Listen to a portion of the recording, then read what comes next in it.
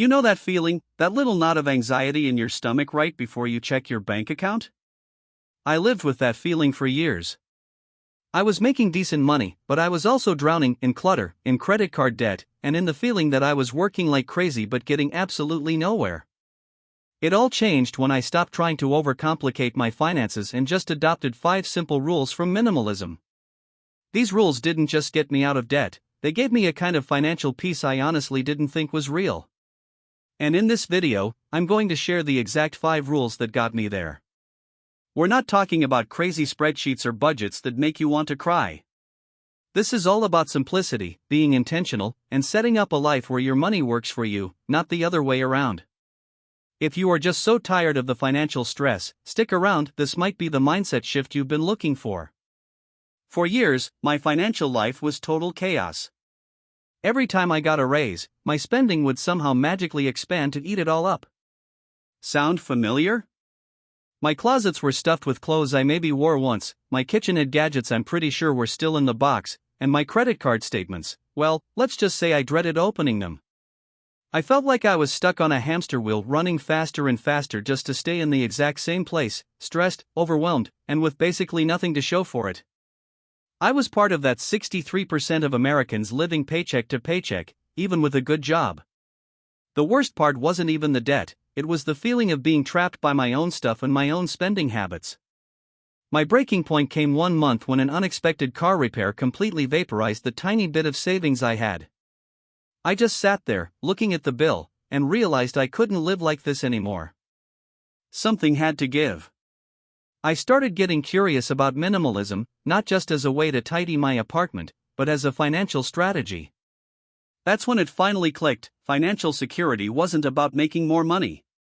It was about needing less and being smarter with what I already had. Which brings me to the very first rule, and honestly, it's the foundation for everything else. Rule 1, spend less than you earn. Always, asterisk asterisk.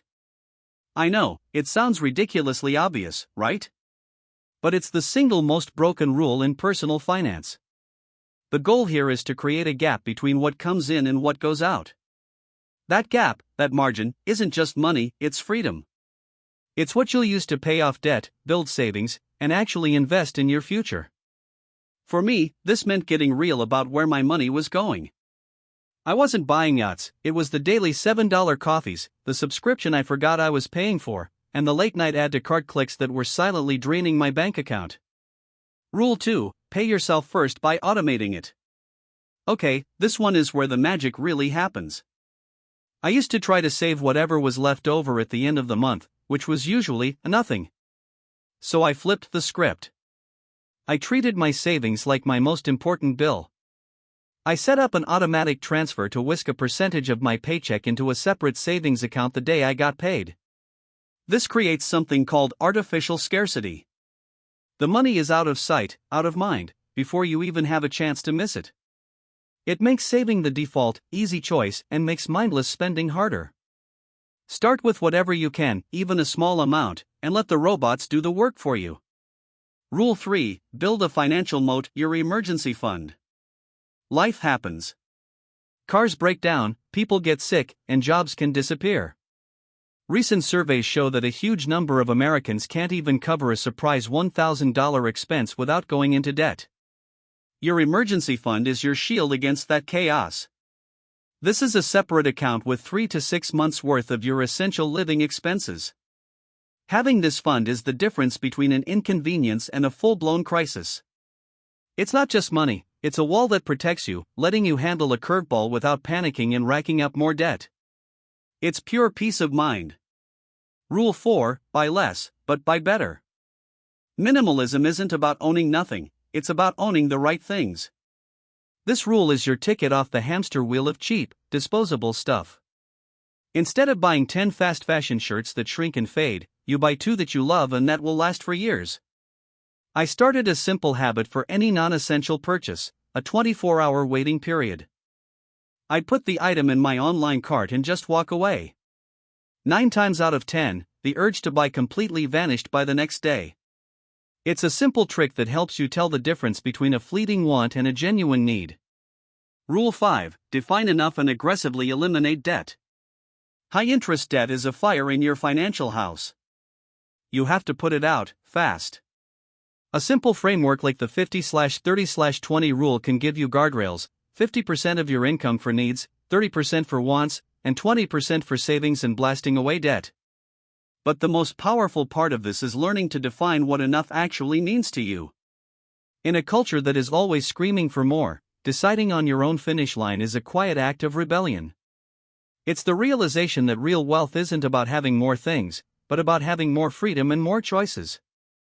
Following these 5 rules didn't fix my life overnight, but bit by bit, I could feel the ground shifting beneath my feet. My debt started shrinking. For the first time ever, my savings started growing. That cloud of anxiety that used to follow me around? It was replaced by a feeling of calm and control. Today, my life is so much simpler, but it feels infinitely richer. I have the freedom to make choices because I want to, not because my bank account forces me to. So, let's recap the mission. 1. Create a gap between what you earn and what you spend. 2. Automate your savings. 3. Build that financial moat. 4. Buy less, but better. And 5. Define your enough and get out of debt. These rules aren't rocket science, but they work because they change your habits, not just the numbers on a spreadsheet. They lead to financial security, sure, but more importantly, they lead to peace.